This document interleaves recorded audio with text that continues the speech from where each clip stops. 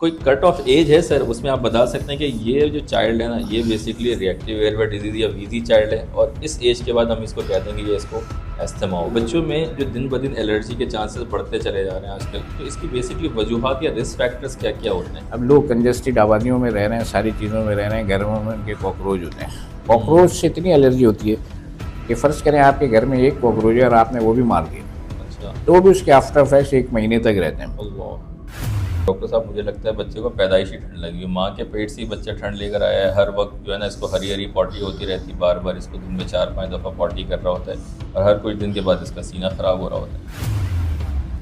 अब एक बच्चे को नज़ला हुआ, बलगम पेट में गिरा, उससे म्यूकस और हरे वो मोशन होने, वो पॉटी होने लगी और रैशेस भी हो गए। अब वो हरे हरे मोशन जब होते हैं तो वो कहते हैं कि ठंड लगती है।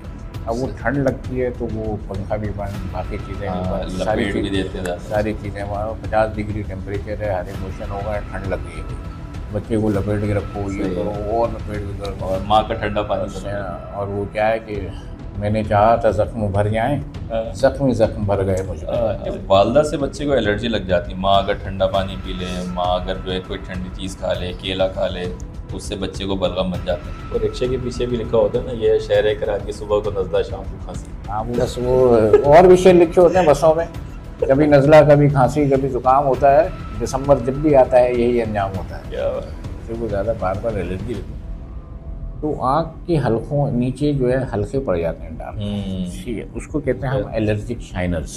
हमारे यहाँ कहते हैं कमज़ोरी की वजह से हो गया। अमूमन माँ बाप ये समझते हैं उसका बहुत कमज़ोर हो गया, हल्के पड़ गए, ताकत की दवाई दी।